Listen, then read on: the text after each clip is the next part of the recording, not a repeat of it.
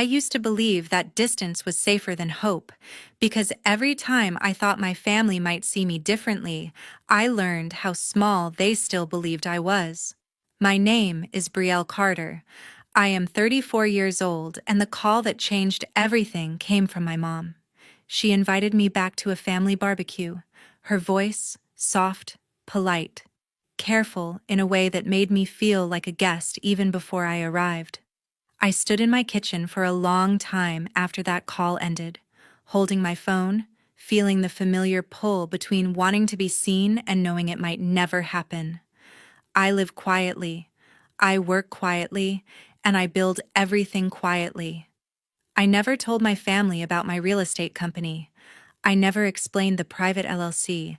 I never showed them the commercial buildings or the residential properties I own. I kept my life looking ordinary from the outside because peace mattered more than being questioned, mocked, or compared.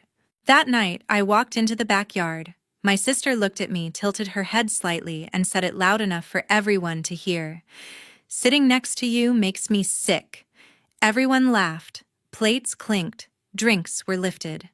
No one told her to stop, not even my parents who were sitting nearby. What they had no idea about was simple. I was the one who owned all the houses they were living in. 1 week later, eviction notices were sent to them, and I did not see anyone laughing anymore. Before I continue, tell me what time it is, where you are watching from, and tell me which city you are in, so I can see how far this story has traveled.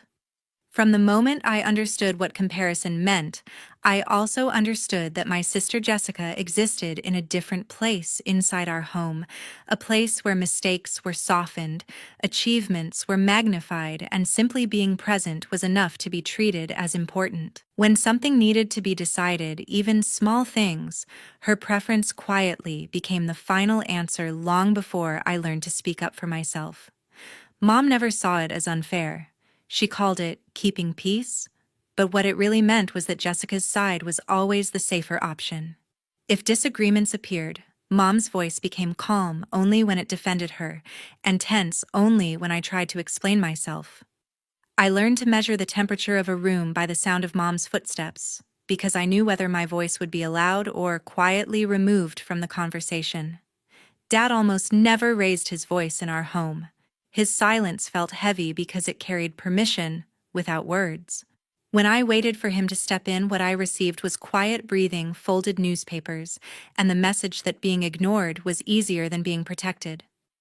Over time, I stopped waiting for his support, because hoping began to feel more painful than accepting the pattern. Family gatherings became stages where I learned to shrink naturally. Relatives would compare achievements not loudly but through smiles that lingered too long and questions that sounded supportive yet carried hidden judgment.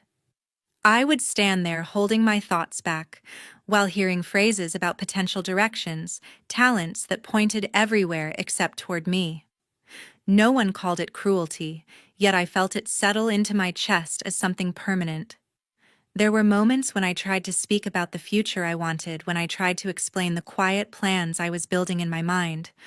Those words rarely landed anywhere meaningful. Conversations shifted attention, drifted, and my ideas were treated like passing thoughts instead of real direction. I began to understand that silence made people comfortable while honesty made people restless. Over time, I built habits that protected me more than affection ever did. I learned how to hide disappointment without looking bitter, how to smile without needing approval, and how to live inside myself without anyone noticing how alone it felt. That quiet isolation did not come from hatred. It came from learning that expecting warmth only led to embarrassment, so I chose distance before someone else could choose it for me. At 20, I left without goodbye. There was no dramatic moment in the doorway, no final argument. No tears on the floorboards. I carried a small suitcase past the front door, paused for a second to look back at a house that never truly felt like home, then stepped outside without being stopped. No one asked me where I was going. No one wondered how I would survive. That silence stayed with me longer than any words ever could. The first place I went was not important. It was just far enough. A bus ride with a ticket I paid for using the last of my savings, a worn-out seat by the window, a quiet promise sitting in my chest that I would figure it out even if it hurt. I did not leave with confidence. I left with determination wrapped tightly around fear, holding everything together. Work found me before comfort did. I accepted the first job that would take me a small office where nobody cared about my past, my family, or the way my hands tightened when someone spoke too loudly. I learned faster than I spoke. I listened more than I explained. I stayed late not to impress anyone, but because I was terrified of becoming invisible the way I had always felt before. Living alone was not poetic. It was quiet, cold, sometimes uncomfortable. I counted coins at night on a bare kitchen counter. I planned grocery lists like survival maps. I fixed things myself because there was no one to ask. Every choice belonged to me. Every mistake did too. There was no one to blame. Strangely, that felt honest. Over time, I became curious about how money really worked, not in a greedy way, but in a practical one. I wanted stability that did not depend on anyone's mood approval or survival. I started reading about real estate after work, watching free online lectures, listening to conversations I was never meant to join. I asked quiet questions. I remembered everything. Eventually, I formed my own real estate LLC. There was no celebration, no dramatic announcement, just paperwork signatures, long hours, small risks. I learned to think long-term. I learned patience. I learned how to fail privately without collapsing. I learned how to start again without telling the world. Managing money alone changed the way I saw myself. I stopped being scared of bank statements. I stopped avoiding numbers. I opened accounts, tracked expenses, understood contracts, accepted consequences. It was slow. It was lonely. It was real. The business did not explode overnight. It grew the way real things grow, slowly, quietly, one property at a time, one lesson after another. I made decisions without asking permission. I trusted myself without needing applause. Success started to feel less like something to chase and more like something to build with steady hands. What surprised me most was not the money, it was the peace. I stopped needing approval. I stopped imagining conversations that never happened. I stopped waiting for someone to notice my effort. I understood that the life I wanted could exist without explanations. I made a clear decision for myself as the years passed. I would not return to measure my worth in front of people who never tried to see me. I would not use success as proof. I would not let money reconnect me to rooms that once made me feel small. What I was building was not about showing anything to anyone. Years later, the phone vibrated longer than my heart wanted. I was standing in my kitchen holding a glass of water I had forgotten to drink when I saw Mom's name appear on the screen. My body reacted before my mind had time to decide what to feel. My fingers felt heavier than they should have. I let it ring for a moment longer than necessary, then answered with a voice that sounded calmer than the one inside me. She spoke as if nothing had broken, as if years had passed without silence. Her tone was polite, careful, almost formal. She said everyone was getting together for a small barbecue and thought it would be nice if I stopped by. She did not ask how I had been. She did not mention the years that had stretched between us. She spoke the way people speak when they are trying not to disturb something fragile. The invitation felt light in her mouth but heavy in mine. I told her I would think about it. She said she hoped I could make it, then ended the call without waiting for my answer to settle. I stood there long after the phone went dark, feeling the quiet of the apartment wrap around me. It was strange how a short conversation could wake parts of me that I thought had gone numb. I decided to go. I did not choose anything dramatic to wear. I opened the closet and looked at the rows of clothes that represented different versions of me, then reached for the simplest option: a clean shirt without patterns, comfortable pants that did not call attention, shoes that made no sound on the floor. I wanted to look like myself, not like a message. I wanted to walk in without announcing anything before I had the chance to speak. The gift took longer to choose than the clothes. I walked through a small store with shelves lined with items that were designed to look thoughtful without knowing the story behind them. I picked something simple, something safe. A wrapped box that could sit quietly on a table without becoming a question. It felt strange holding it in my hands, like I was carrying a piece of hope that was still too fragile to touch directly. As I prepared, my thoughts moved in directions I did not expect. I imagined myself sitting in their yard, feeling the heat from the grill, hearing familiar voices float through the air. In my mind, I could see a version of the moment where someone looked at me differently, not with pity, not with dismissal, with recognition. I told myself not to create expectations, but hope found its way in quietly, the way it always does. I practiced words without speaking them out loud. Simple truths I had never shared, honest sentences that did not sound angry or desperate. I wanted to say that I had built something. I wanted to explain that I had learned how to stand on my own. I wanted someone to hear it and understand that I had never been weak, only unseen. I kept telling myself to stay realistic, but the thought of being acknowledged stayed close to my chest. The drive to their house felt longer than it should have been. The streets looked familiar in a distant way, like places from a dream you once had but never fully remembered. I kept both hands on the wheel, breathing slowly, trying to keep my thoughts steady. I told myself that this was just a visit, just a meal, just an afternoon.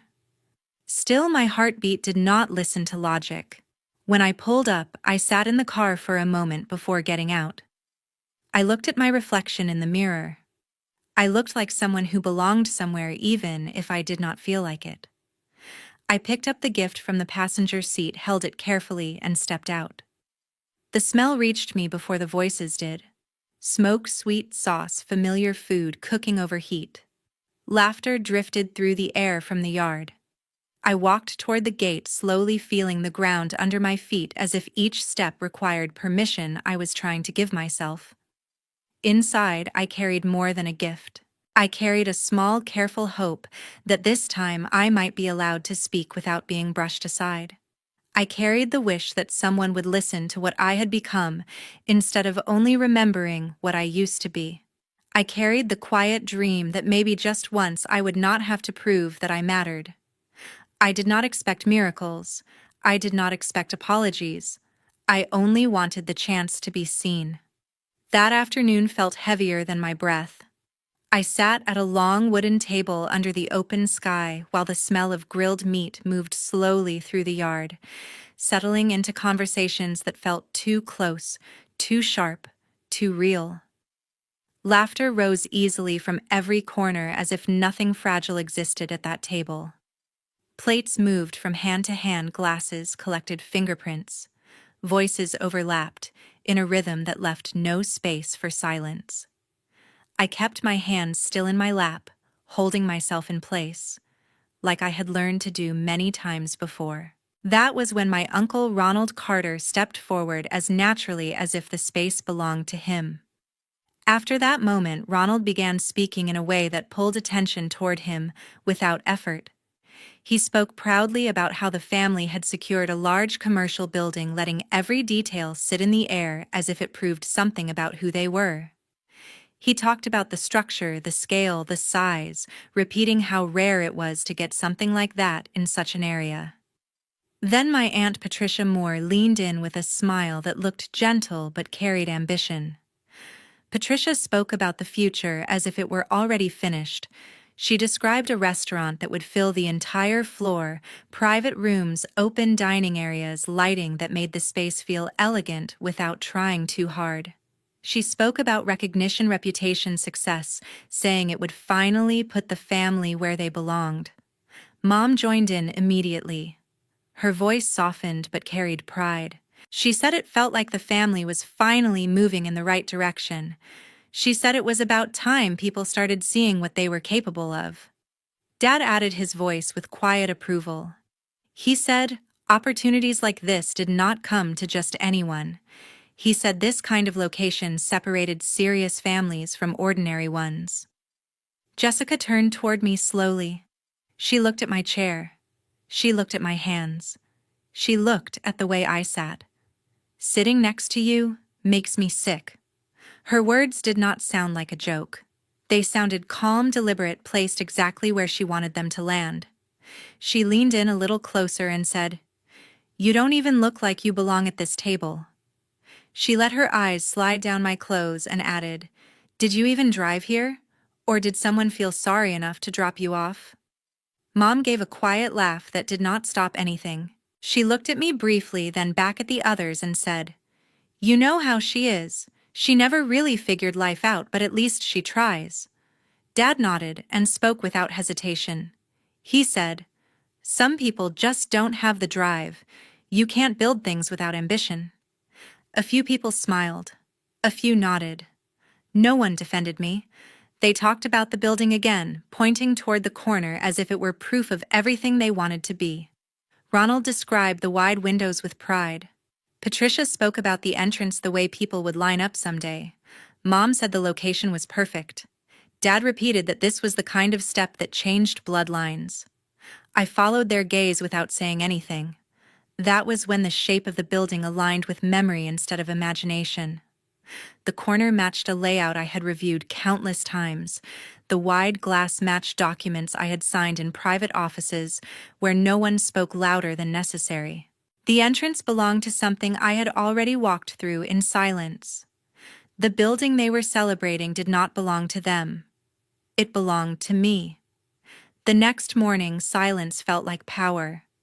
I woke up with a clear sense of control that did not come from anger or exhaustion, but from understanding that I no longer needed permission to act. There was no hesitation in my thoughts, no emotional noise trying to slow me down, only a calm structure forming in my mind as I prepared myself to make the decisions that had been waiting for the right moment.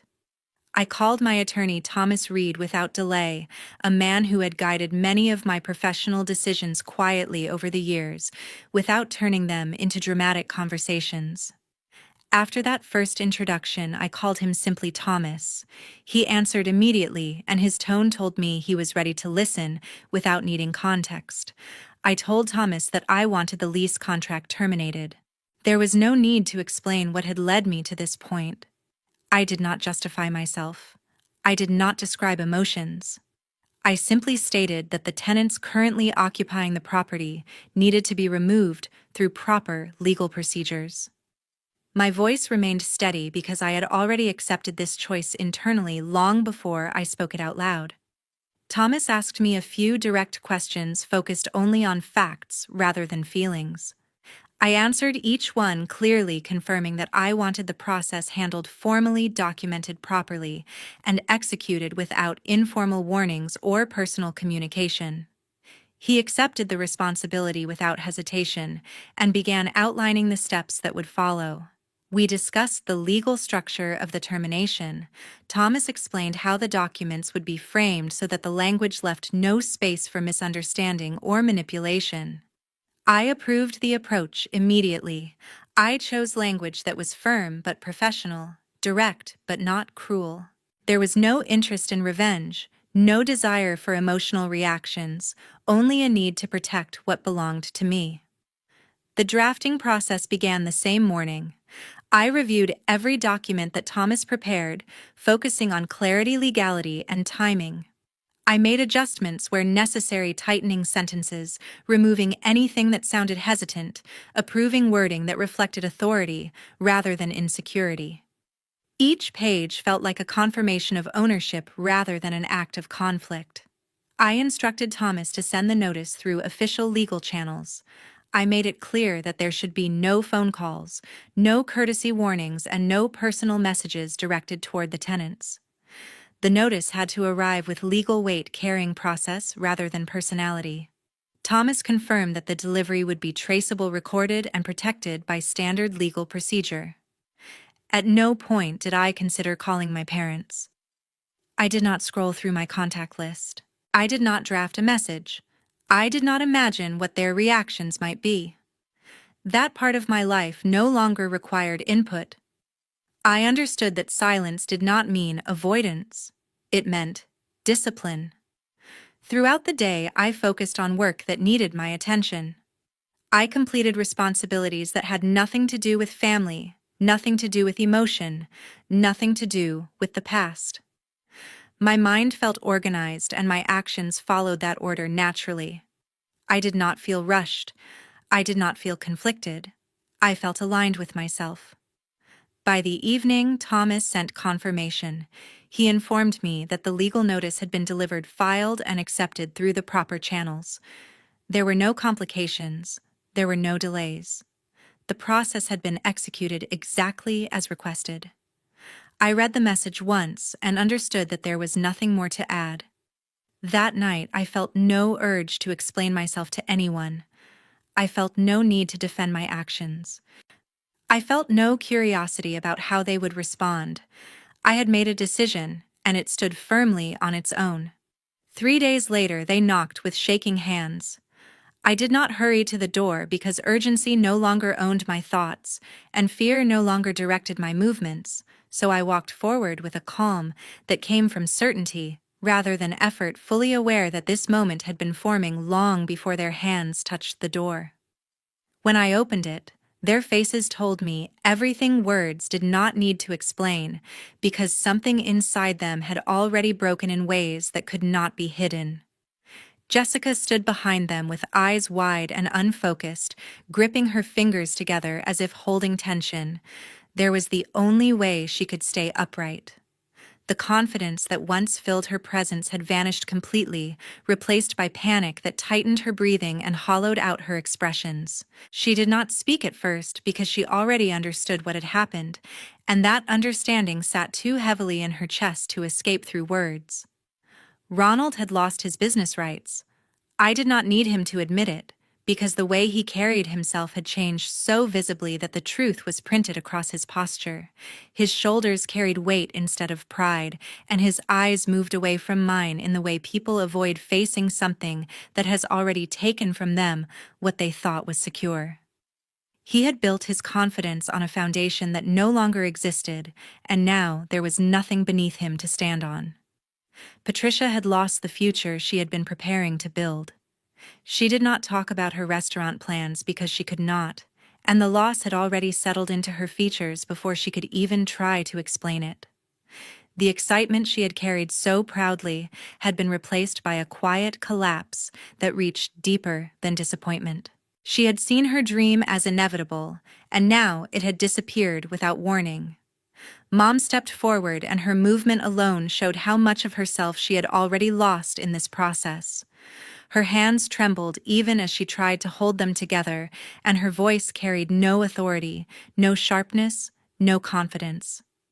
"We didn't know it was yours. Please help us." Dad spoke right after her. He did not stand like someone who expected to be heard. He stood like someone afraid of being ignored. "Just give us time." Their words stayed between us without strength, without decoration, without control. I stayed where I was and looked at them without anger, without satisfaction, and without the desire to punish them, because what I felt did not come from revenge, but from distance that had already formed inside me long ago. Jessica finally spoke after struggling to breathe steadily, and she did not try to hide the fear when she said she had not slept, could not think clearly, and could not understand how everything had fallen apart so quickly. I listened without reacting, without answering, and without offering comfort, because I had nothing inside me that wanted to rescue what they had broken.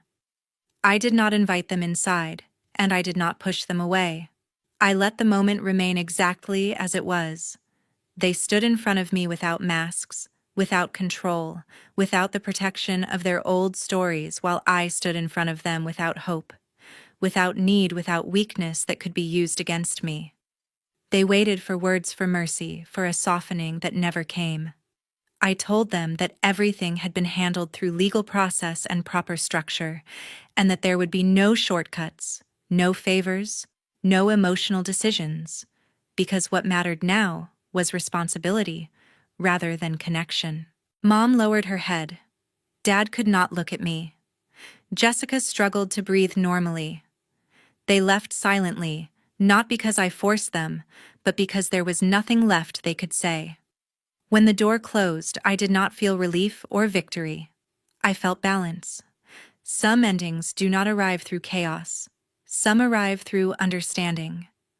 Months later, I stopped wanting apologies. That quiet shift did not happen in a single moment. It happened in small realizations that slowly replaced old habits, old reflexes, old hopes that something would change if I waited long enough. I stopped checking my phone when holidays came closer. I stopped wondering who would call first. I stopped preparing answers in my head for conversations that never happened. The silence that used to feel like rejection began to feel like freedom.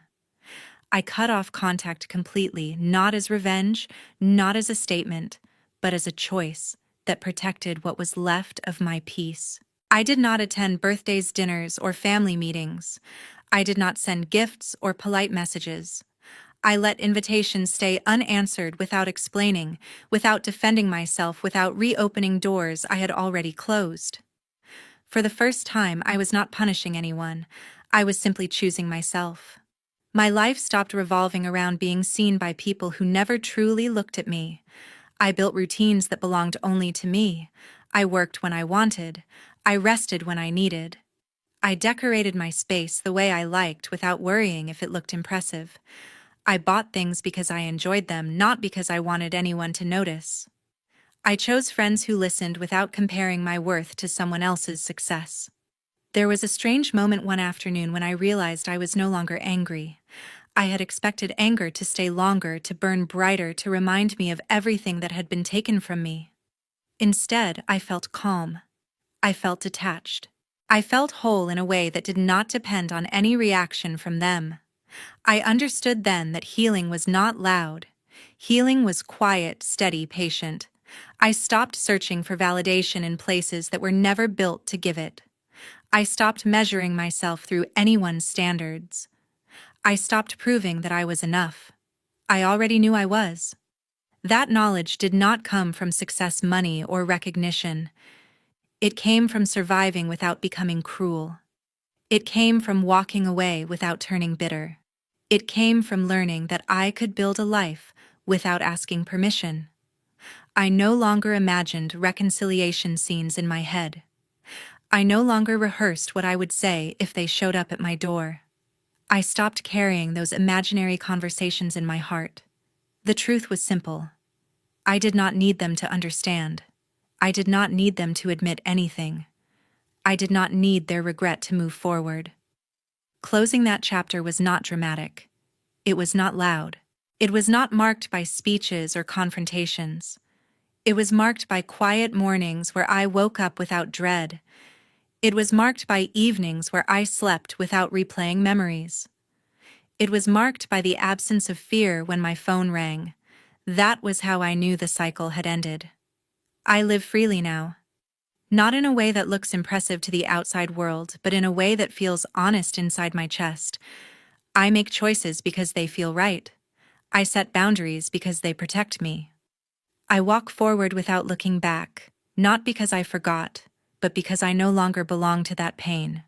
This is where my story became quiet, stable, and finally mine. The hardest lesson I learned was that love does not beg for space. Real love does not require endurance. Real connection never makes you feel invisible while asking you to stay loyal. I learned that silence can be chosen, not feared.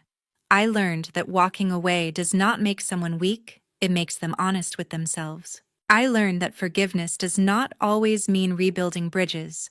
Sometimes it means letting the river swallow the broken pieces. I understood that peace is not something you are given, it is something you protect. I also learned that healing does not arrive through apologies, it arrives when you stop needing them. The most important truth I carry now is this: your worth is not created by how hard you try to be seen by people who are unwilling to look. Thank you for staying with this story until the end. If you have ever felt invisible in your own home, this story is for you. If you have ever stayed silent to keep peace, this story is for you. If you have ever walked away without being understood, this story is for you. Healing does not always look dramatic. Sometimes it looks like quiet courage. Sometimes it looks like closing doors without slamming them. If this story resonated with you, I hope it gave you comfort, strength, or even the smallest reminder that you are not alone. Thank you for listening. Thank you for reading. Thank you for holding space for stories like this.